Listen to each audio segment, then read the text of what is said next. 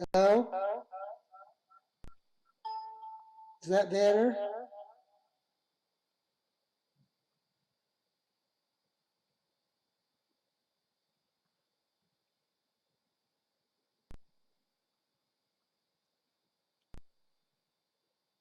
Hello?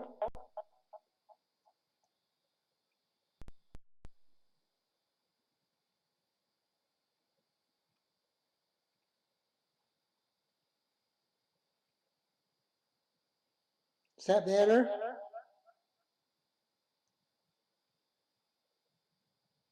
Yes, now I can figure out how to get rid of the echo.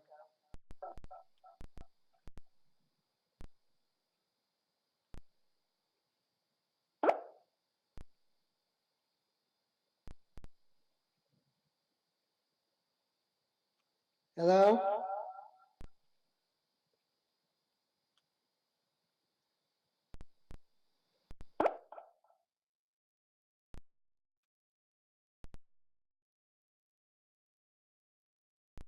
Hello? Hello? Hello?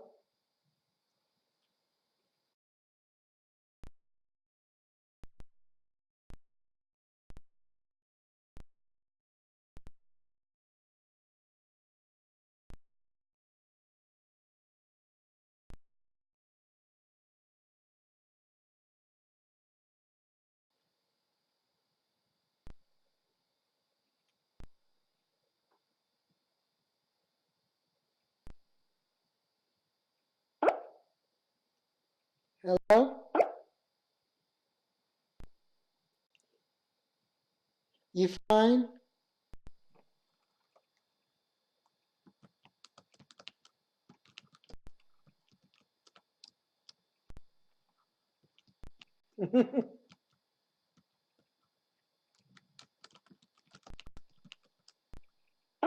Hello?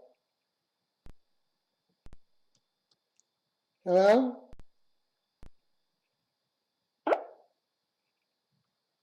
Okay. Now, since we've got sound now, I can get started reading the story. Rabbi Nachman's The Lost Princess. I'm not sure how much we'll get through. If we do, I'll read the story and get through. We'll read the explanation of the story. Okay.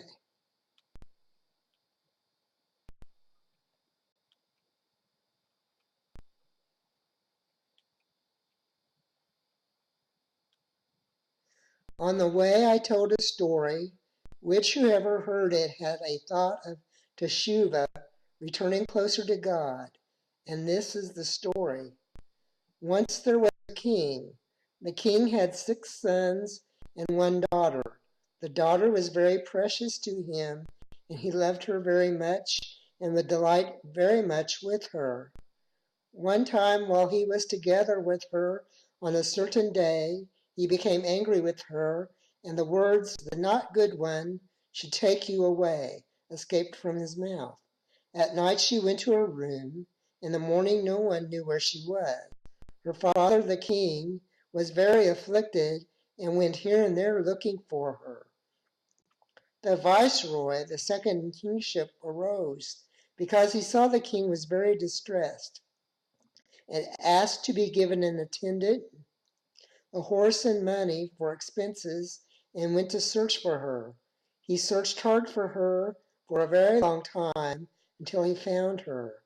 Now he tells how he searched for her until he found her.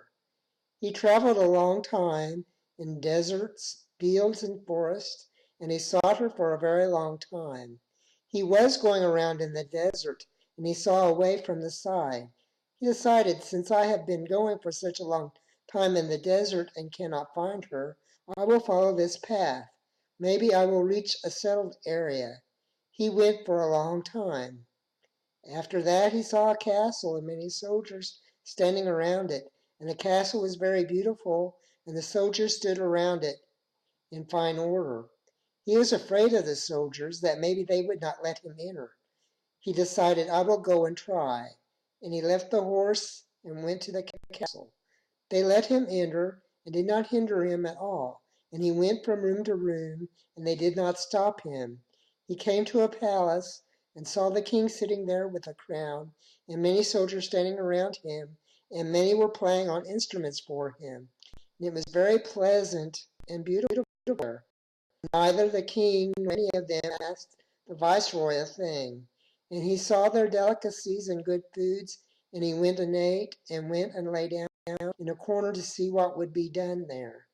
He saw that the king called for the queen to be brought, and they went to bring her. And there was a great commotion and a great happiness, and the musicians played and sang vigorously because they were bringing the queen. And they placed a throne for her and seated her next to him. And she was the king's daughter. And he, the viceroy, saw her and recognized her. Later the queen glanced and saw someone lying in a corner. She recognized him and rose from her throne, went to him, touched him, and asked him, "Do you recognize me?" And he answered her, "Yes, I know you. You are the king's daughter who was lost." He asked her, "How did you come here?" She answered him, "Because my father the king let the word escape, namely that the not good one should take you. And here, this is the place that is not good." He told her that her father was very distressed and that he had been searching for many years. And he asked her, "How can I take you out?" She answered him, "You cannot take me out unless you choose for yourself a place sit there for 1 year, and the entire year you must yearn for me, to take me out, and whenever you have free time, you must only yearn and ask and hope expectantly to take me out, and you must fast.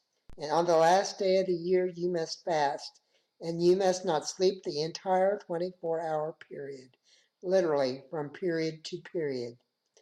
He went and did so, and at the end of the year, on the last day, he fasted and did not sleep, and he arose and went there, that is, to the king's daughter, to take her out. He saw a tree, and on it were growing very beautiful apples, and it was very desirable to his eyes, and he went and ate from them. As soon as he ate the apple, he fell down, and sleep overtook him, and he slept a very long time. His attendant tried to awake him, but he could not be awakened at all. Later he woke from his sleep and asked the attendant, "Where am I in the world?" The attendant, told him the whole story. "You have been sleeping a very long time. It is already several years, and I have sustained myself from the fruit." The viceroy, agonized very much and went there and found her there, that is the king's daughter. She lamented to him very much. "If you had just come on the day, you would have taken me out of here. And because of one day you lost. In other words, because you could not restrain yourself one day and you ate the apple, because of that you lost. In truth, not to eat is a very difficult thing, especially on the last day, when the evil inclination becomes very strong." That is, the king's daughter said to him that now she would make a prohibition more lenient, and he would not be forbidden to eat, because it is a hard thing to abide by, etc. "Therefore choose for yourself a place again, and also stay there a year as before, and on the last day you will be permitted to eat. Only do not sleep, and do not drink wine, so that you should not sleep, because the main thing is sleep." He went and did so. The last day he was going there and saw a running stream, and its color was red and smell was of wine.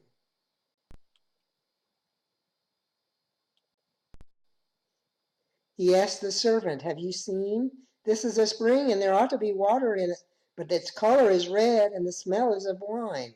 And he went and tasted from the spring. He immediately fell down and slept many years, until 70 years. Many soldiers were going, with their trains that followed behind them, and the servant hid himself because of the soldiers. After that went a carriage and covered wagons, and there sat the king's daughter. She stood next to him and went down and sat next to him and recognized him. And she tried very much to wake him, but he could not be woken. She started to lament over him that so many great efforts and toils you tortuously made these many years in order to take me out, and for one day, when you could have taken me out, you completely lost. And she cried very much about this. She said, "It is a great pity for you, on you and on me, that I am here such a long time and cannot go out," etc. Afterwards, she took the scarf off her head and wrote on it with her tears and laid it down next to him, and stood up and sat in her carriage and rode away. Afterwards, he awoke and asked the attendant, "Where am I in the world?" He told him the whole story, and that many soldiers passed through there, and that the carriage was here, and that she, the king's daughter, screamed, "It is a great pity on you and on me," etc., as before. Meanwhile, he glanced and noted the scarf lying next to him. He asked, "Who is this from?" He answered him, "She left it behind and wrote on it with her tears." He took the scarf and raised it up against the sun. He began to see the letters. He read over what was written there, her lamentation and her cries as mentioned. It is written there that now she is no longer in the castle. He should just search for a golden mountain and a pearl castle. There you will find me.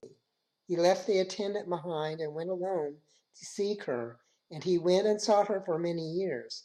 He decided that in a settled area there cannot be a golden mountain and a pearl castle, because he was an expert in the world map, which is called Kroinkes, a chronicle. "Therefore, I will go in the deserts." He went searching for her in deserts for many years. Afterwards, he noticed a very large man, whose largeness was beyond human bounds, and he was carrying a large tree, so large that in a settled area such a large tree would not exist. And he, the viceroy, asked him, "Who are you?" He answered him, "I am a man." He was amazed and said, "I have been in the wilderness for such a long time now, and I have never seen a man." And he told him the whole story mentioned above, and that he was looking for a golden mountain and a pearl castle. He replied to him, "It certainly does not exist." And he dissuaded him and said to him, "They have convinced you with nonsense, because it certainly does not exist." He started to weep very much. The viceroy cried very much and said, "With certainty it does exist in some place." But he dissuaded him and said, "Certainly they have convinced you with nonsense." And he said, "Certainly it exists somewhere." And said to him, "In my opinion it is nonsense, but because you are so stubborn, look. I am the appointee over all the animals. I will act for your sake and summon all the animals. Since they run all over the world, maybe one of them will know of that mountain and that castle." He summoned all the animals from small to large, all sorts of animals, and asked them. And they all answered that they had not seen. He said to him, "See, they have talked nonsense into you. If you want to listen to me, turn back, because certainly you will not find it, because it does not exist in the world." But he pressed him very much and said, "It must surely indeed be."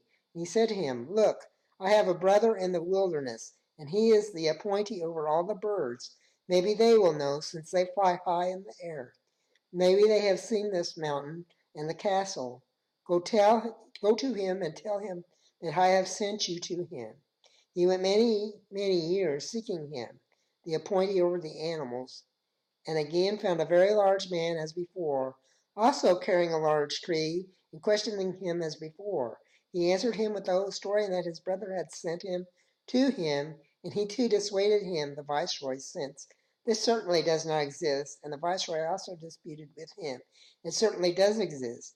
He told him, this man told the viceroy, "I am the appointee over all the birds. I will summon them. Maybe they will know." He called up all the birds and asked all of them, from small to large. They answered him that they did not know of the mountain and the castle. He told him, "Do you not say it is? See, it is certainly not here in this world. If you will listen to me, turn back, because it certainly is not here." And he pressed him and said, "It certainly is here in the world." He told him, "Further in the wilderness is my brother. He is appointee over all the winds, and they run over the whole world. Perhaps they know." He went many years seeking him, and again found a large man as before. who was also carrying a large tree, and also questioned him as before.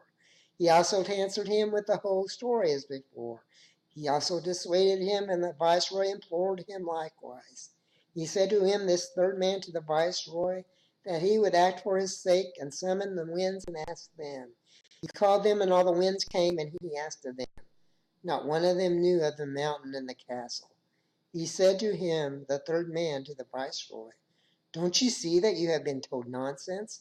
The viceroy began to cry very much and said, I know it surely does exist. Just then he saw that another wind had arrived. The appointee became angry with him. Why have you so delayed in coming? Didn't I decree that all the winds should come? Why didn't you come with them? He answered them. I was delayed because I had to carry a king's daughter to a golden mountain with a pearl castle. He was overjoyed. The viceroy was also very happy that he now had merited hearing what he desired. The appointee asked the wind, what is valuable there? That is, what things are precious and important there? He said to him, there, everything is very dear.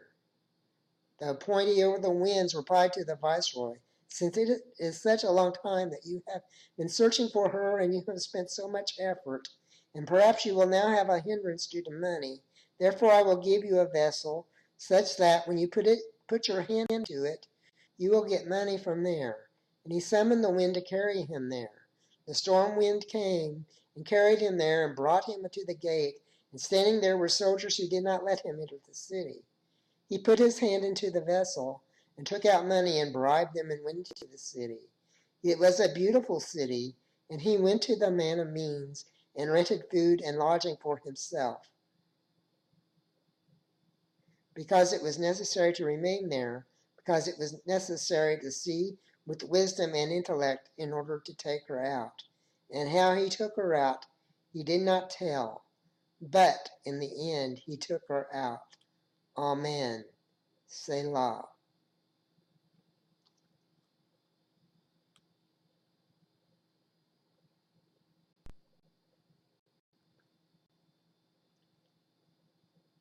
Let me get back to the beginning and I can read the explanation, because that didn't take as long as I thought.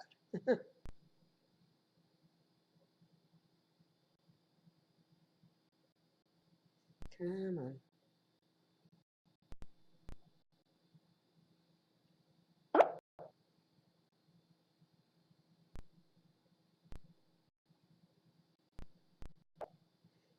Come on.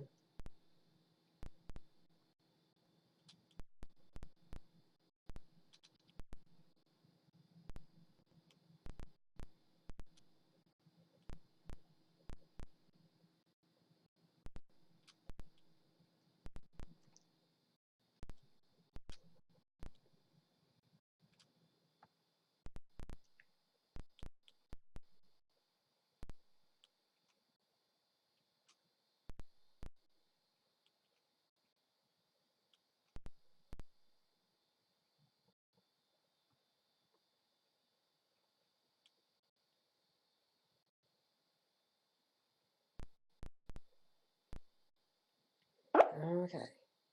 There we go. Let's see what's going on.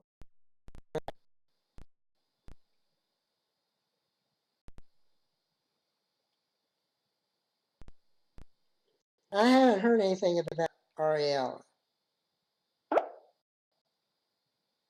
Now I'm ready to explain that thing.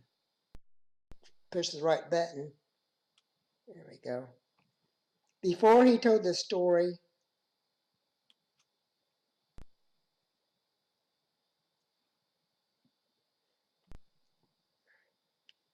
the first story in this book, he answered and said that in the story tales that the world tells, there are many hidden things and very lofty matters. But the stories have been spoiled because much is lacking from them, and they are also mixed up, and they do not tell them according to the order, telling at the end what belongs in the beginning, and vice versa, and so on. But in truth, in the stories that the world tells, there are very lofty concealed matters. And the Baal Shem Tov, memory of the righteous, bring blessing, was able via the story to perform unifications. When he would see that the upper channels were spoiled and it was not possible to repair them via prayer, he would repair them and unify them via a story tale. And more did Rabbeinu of blessed memory speak of this. And afterwards he began to tell a story tale that is on the next page, saying, "On the way I told a story, etc." And know that the stories that the Rabbeinu told, virtually all of them are completely new stories that were never before heard. Only he himself told them from his heart, his holy knowledge according to the lofty perceptions that he attained in his spirit of holiness, clothing that person in that story, the story itself being an awesome sight and very lofty perception that he attained, and seeing the place that he saw. And also sometimes he told a story from the stories that the world tells, but he added much to them, changing and repairing the order until the story was completely changed from what the world tells as mentioned.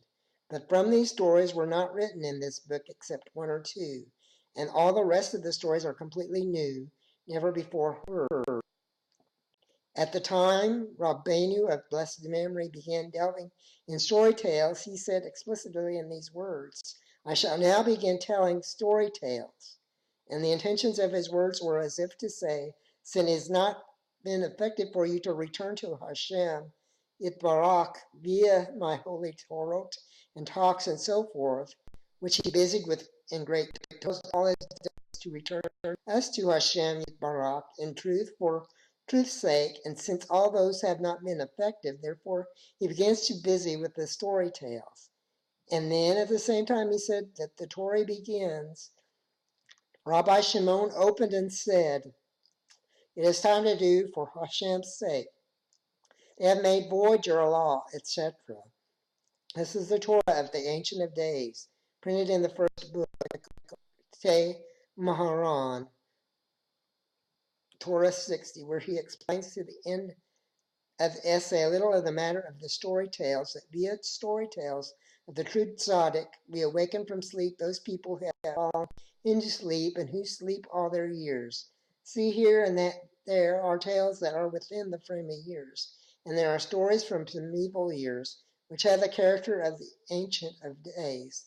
Take a good look there and understand and be enlightened a little from what has gone forth, how far the words of these stories reach, and what is holy intention in them.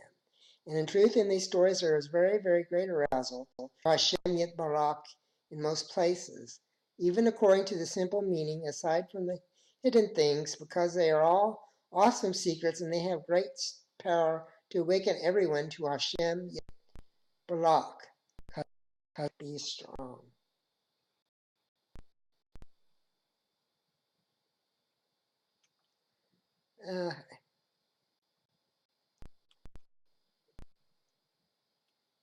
But basically, the daughter is the Shekinah, and the viceroy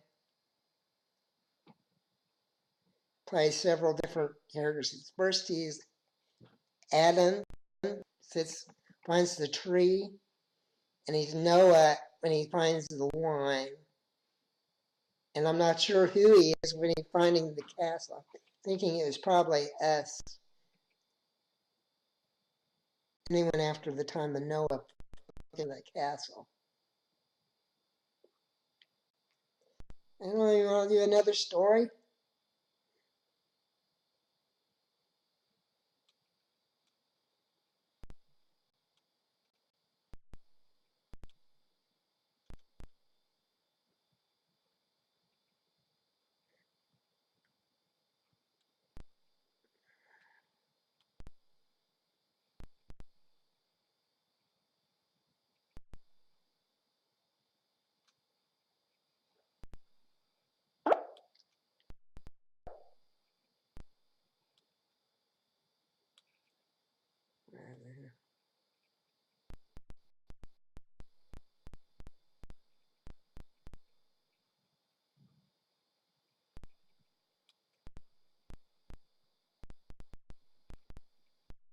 I've got a story of that Saba. I can try to find it. on here somewhere.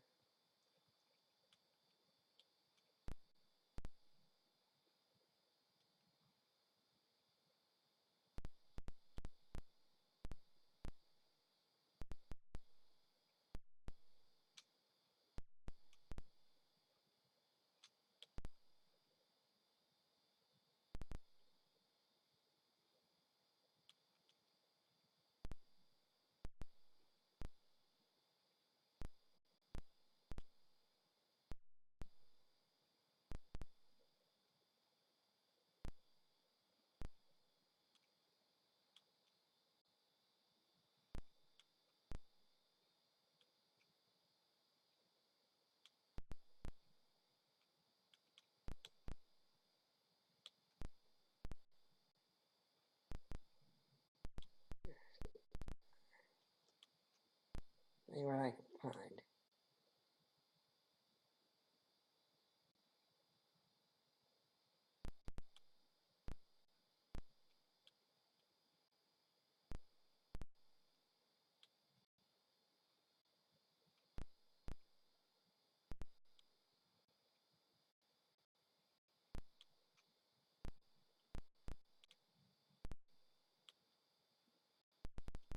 Finding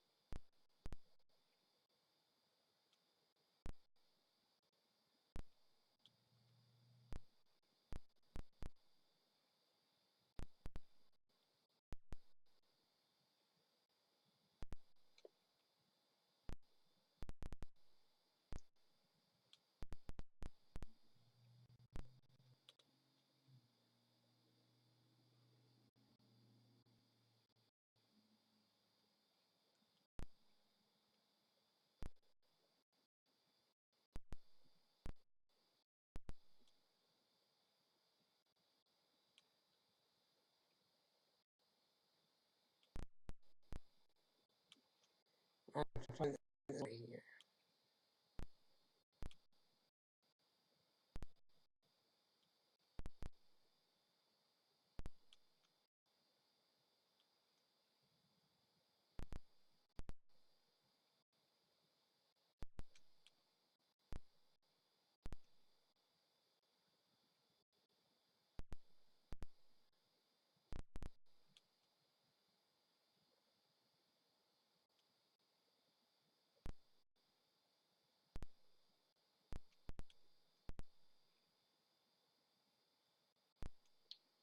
Hopefully I can find a story.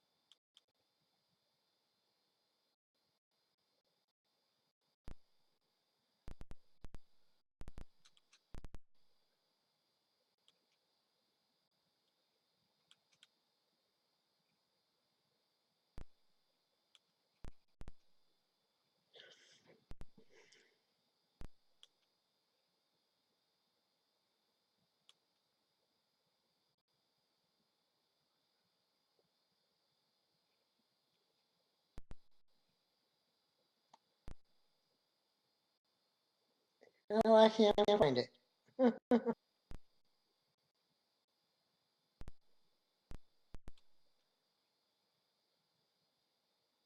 No, I can't find it. I'll have to find another story. Maybe the Turkey Prince. I find it.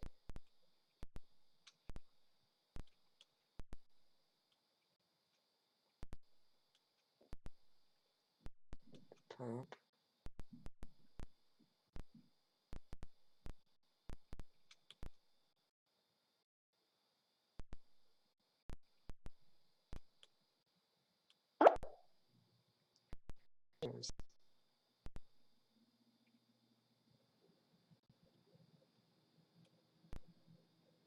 Well, good if I had the service.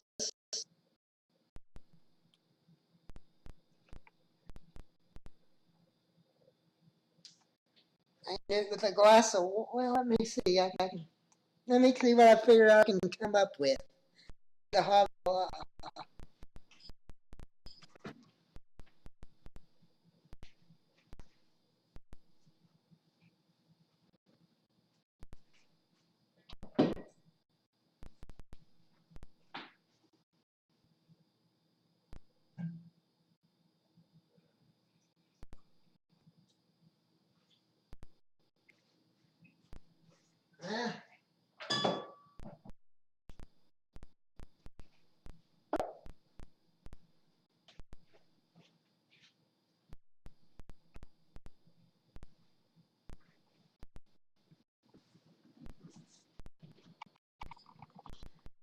Okay, I'm back. Where we are. Here we go. Return service.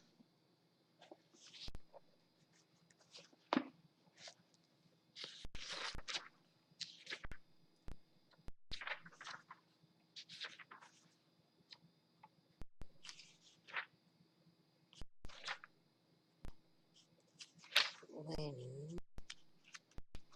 Kaddish. Okay. Behold, God is my deliverance. I am confident and unafraid. The Lord is my strength, my might, my deliverance.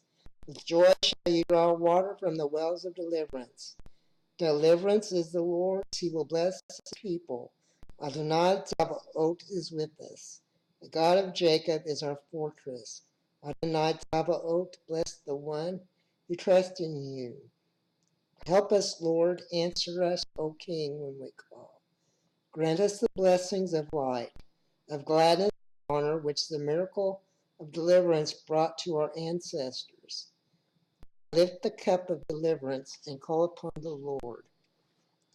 Baruch atah Adonai Eloheinu melech haolam, borei peri hagafen.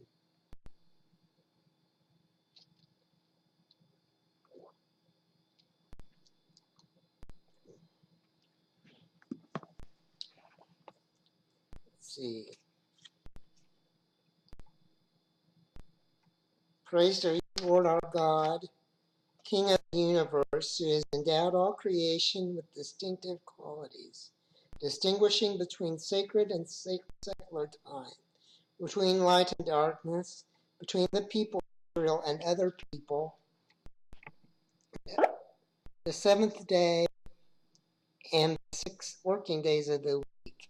Praise to you, Lord, who distinguishes between sacred and secular time. Baruch atah Adonai Eloheinu, melech haolam, hamavdil ben kodesh lecho, ben or lechoshek, ben Yisrael la'amim, ben yom hashvi'i l'sheshet dameh hama'aseh, Baruch atah Adonai, hamavdil ben kodesh lecho. And that is it. Because everything else in there is for Shabbat.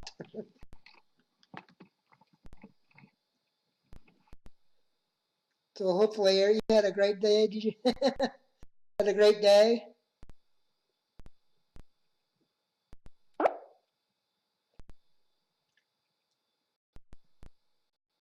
So